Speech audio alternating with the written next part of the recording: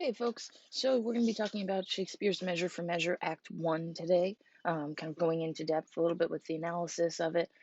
So let's just dive right in and get started. So here's some like a general overview of Act 1. So essentially in Act 1, Scene 1, the Duke decides he's going out of town and he leaves Angelo in charge.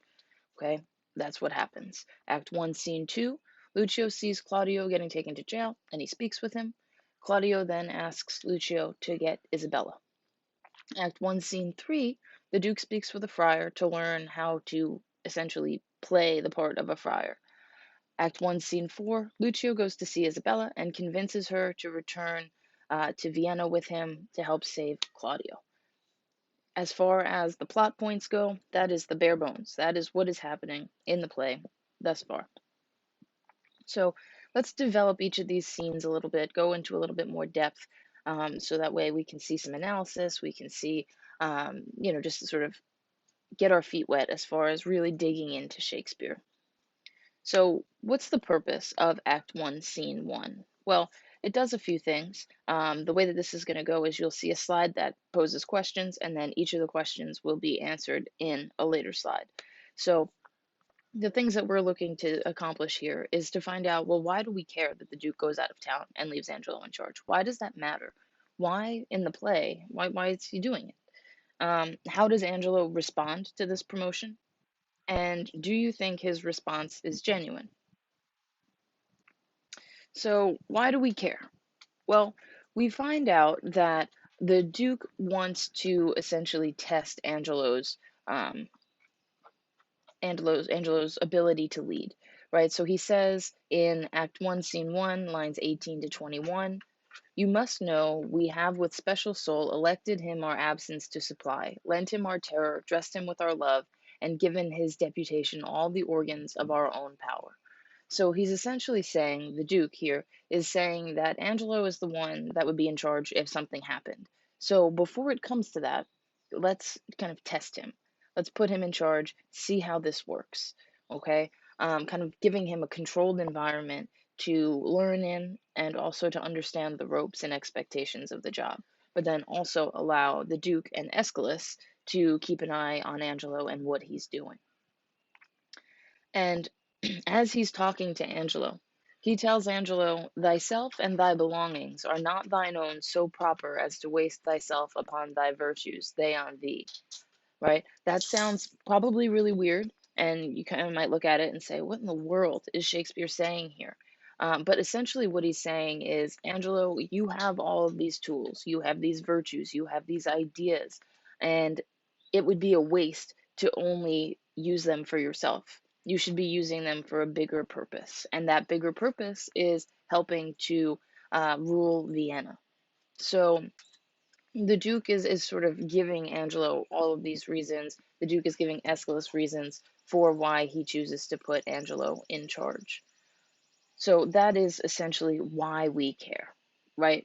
We see what the Duke's thought process is behind giving Angelo the space to learn. So how does Angelo respond to this promotion? Well, he acts pretty humble, right? He says, "Well, let there be some more test made of my metal before so noble and so great a figure be stamped upon it." So he's saying basically, give me more opportunities to show myself before you put this role of acting Duke on me. He's basically saying, I need more time. I don't think I'm ready. And the Duke obviously shuts him down. He tells him that that's what's going to happen. But Angelo's response is very interesting, especially as we read further and further into the play. So let's sort of think about his response as, is it something that's genuine? Well, I think it really does depend. At this point, maybe, yeah, maybe he thinks, wow, I have a lot of these qualities that would benefit Vienna, but I don't know if I'm ready. Maybe he's thinking, heck yeah, I'm ready. Let's do this, but let me act proper, right? Let me act like I feel like I should. That's another possibility. So it really depends. And from this moment in Act 1, Scene 1, you can't really tell. We find out more about Angelo later on, and I would suggest that with more knowledge of Angelo, it's probably more that he's trying to butter up the Duke. And he's trying to say, I'm not worthy. I don't think, just giving the Duke what he wants to hear, essentially, even though the Duke's going to do what the Duke wants to do. Okay, so moving on to Act 1, Scene 2. We have a few questions here. What function does Lucio play thus far? What do we know about him? What do we know about Claudio? And is it strange that Claudio asks Lucio to get Isabella? So let's start off talking about Lucio. Well, Lucio is essentially the jester or the clown of this play. If you notice, he can be serious, but then he can also be just a total idiot, right? He runs around, he says things that he shouldn't say, then he has to backtrack. But at the same time as he's saying these things, he's also embodying the ideas that the people of Vienna are feeling, right? So we see him as the jester playing two roles. One as like the silly guy who runs around and just is part of the problem, but then we also see him as exposing the problem. So he does two things. When we first meet him, one of the first things he does is compare the Duke to a sanctimonious pirate. Um, and then we also see that he's part of this moral problem of Vienna. When Mistress Overdone comes in Act 1, Scene 2, right around line 44, he says, "Behold, behold, where Madam Mitigation comes. I have purchased many diseases under her roof." Mistress Overdone runs the brothel in town. Lucio is part of this sexual problem, right? The Duke is worried that everyone is just, they have no morals. They're just running around doing whatever they want. Essentially, he's worried that it's anarchy. And Lucio is part of this problem. But Lucio also establishes Claudio as a trustworthy person, right? The fact that, Mistress Overdone tells Lucio that Claudio is in prison, no one believes it because they're like, well, what would Claudio do to get himself in prison? But then we have Lucio saying, oh, he promised to meet me 2 hours since, and he was ever precise in promise keeping. So, we know that Lucio, while he's an idiot, would he lie about Claudio meeting him 2 hours ago? Probably not. There's nothing to gain from lying about it. And doing that, saying this, establishes Claudio as someone who's trustworthy. So now not only do we see everybody in this scene saying, oh my goodness, not Claudio, but we also see Lucio saying, you know what, this guy is a good friend. He does what he's supposed to do. He's dependable. And, so he establishes not only humor in the play, but he also establishes some other character points for the others in the play as well. Now, what do we know about Claudio? Well, we know that Claudio is trustworthy, at least to his friends, right? We've just talked about that. We also know that he, on some level, trusts the law, right? He says, to speak of my offense would offend again, right? So he's saying, well, I did this bad thing, and if I talk about it again, it would be another offense to the political structure of Vienna, the power structure, the legal structure. We also know that Claudio has a moral code, that he has thought about this. It's not like he impregnated someone who works at the brothel, right? He impregnated someone that he was engaged to. And so we see, upon a true contract, I got possession of Julietta's bed. You know the lady, she is fast my wife. Save that we do the denunciation lack of outward order. This we came not to, only for propagation of a dower remaining in the coffer of her friends, from whom we thought it meet to hide our love till time hath made them for us. So, what does this mean? Well, basically, Claudio is just saying, we're engaged. Yeah, I slept with Juliet, but we're engaged. We're going to be married. The only reason that we're not is because we haven't secured that dowry yet. And that dowry is also known as a bride price. Essentially, when a woman got married in this time period, her family or friends got together, pooled some money, and gave that to the husband along with the marriage. So, um, so they were just waiting on that money from her friends, and they wanted to wait until their friends got, realized how much they cared about each other, essentially, before they asked for the money. So Claudio has reasons for waiting like he does, for some things, for getting married. Um, but, Does he break the law? Yeah, he does. But he also tells us, and the info's not on the slide here, but he tells us that that law hasn't been used in 19 zodiacs. And we find out later in the play that 19 zodiacs is 14 years. So a law that hasn't been enforced in 14 years likely isn't a law that anyone is following. And we can see that. We see that Lucio's not following it. We see that the gentlemen that Lucio were talking to are not following it. Claudio's not following it. Juliet's not following it. Mistress Overdone isn't following it. So thus far, a majority of the people in Vienna are not following this law. Okay. And the reason for that is because it's been out of use for so long. So we also know that Claudio has an idea of the political structure of Vienna. He also has kind of an in with the Duke if he's able to go and just talk to the Duke, right? Because he's tried, and the Duke's not to be found because he went out of town, right? So, we have this idea of Claudio as someone who is from a good family. He's a good man.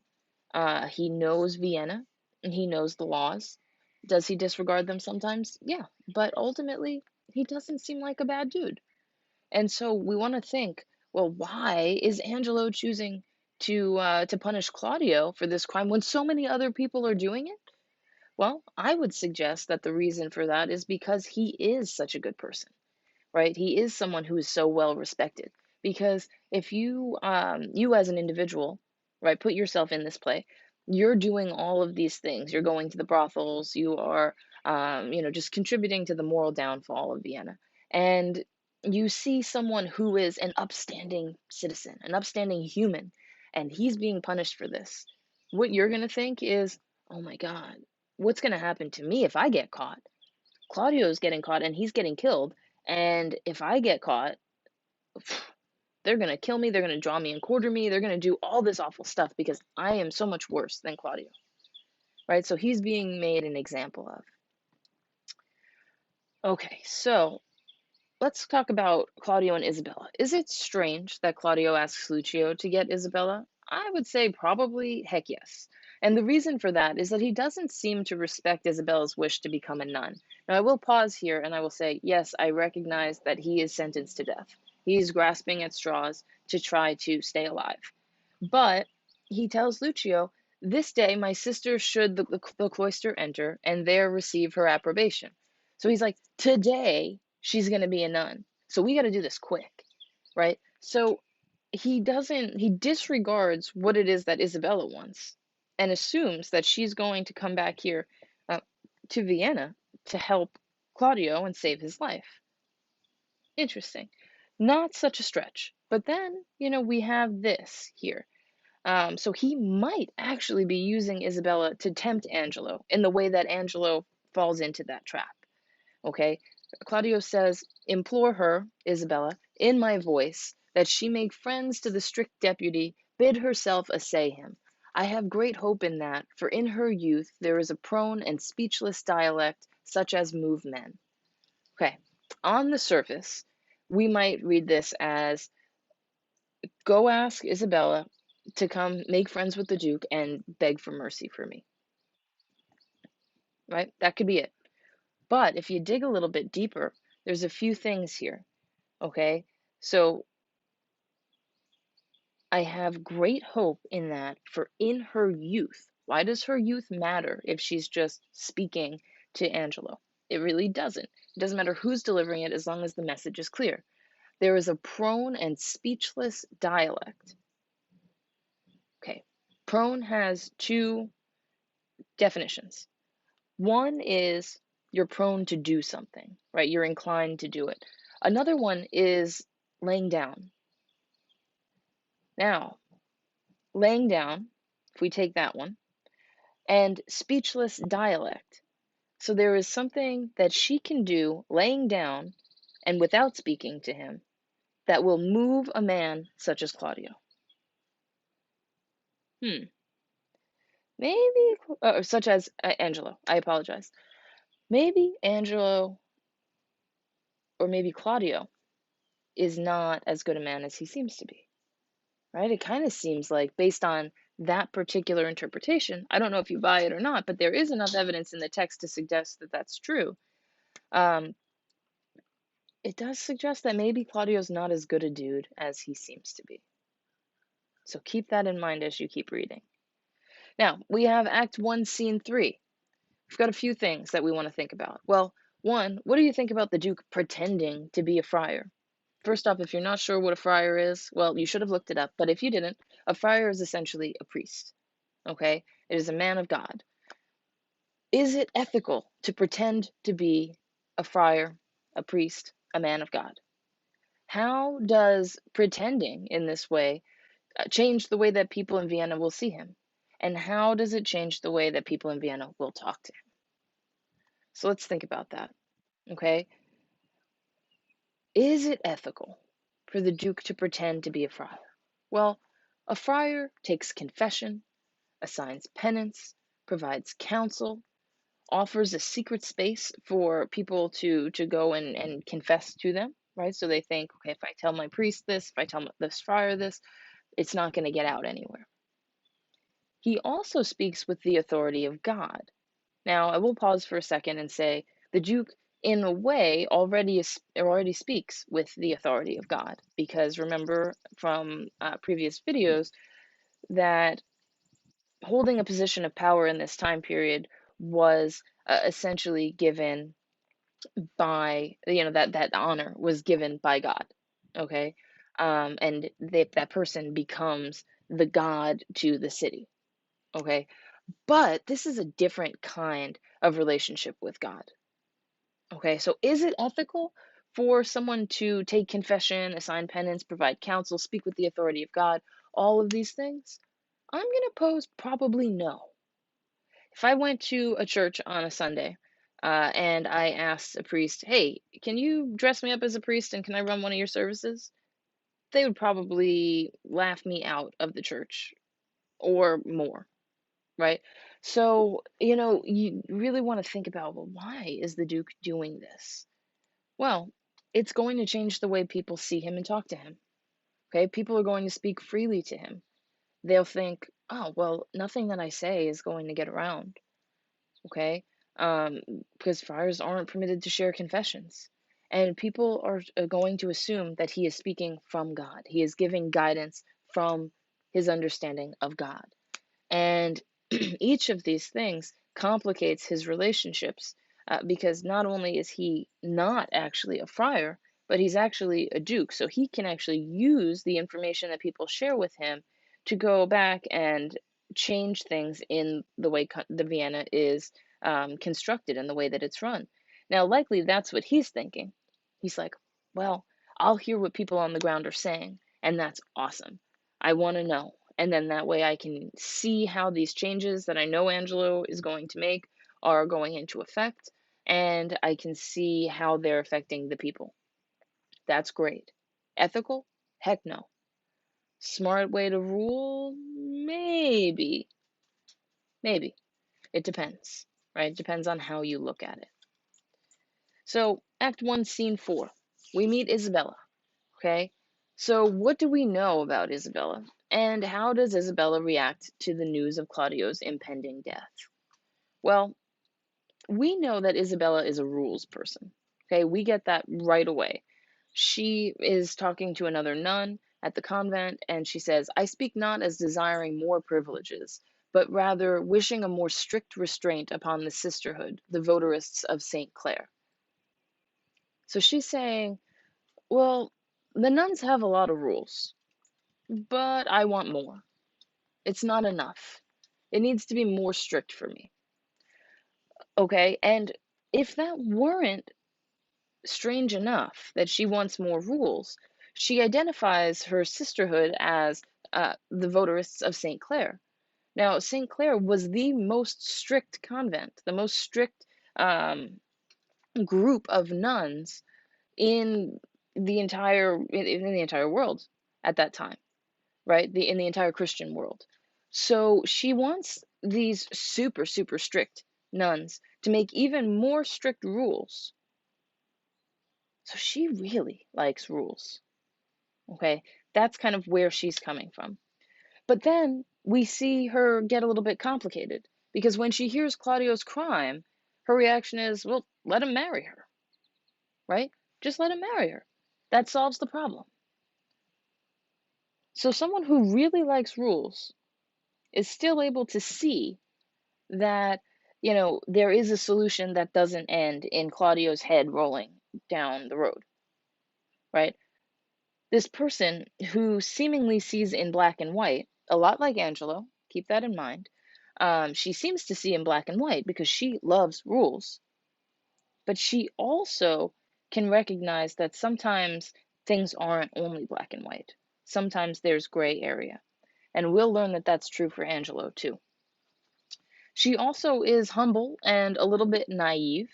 Okay, she says, "My power? Alas, I doubt." And then Lucio cuts her off because he never stops talking.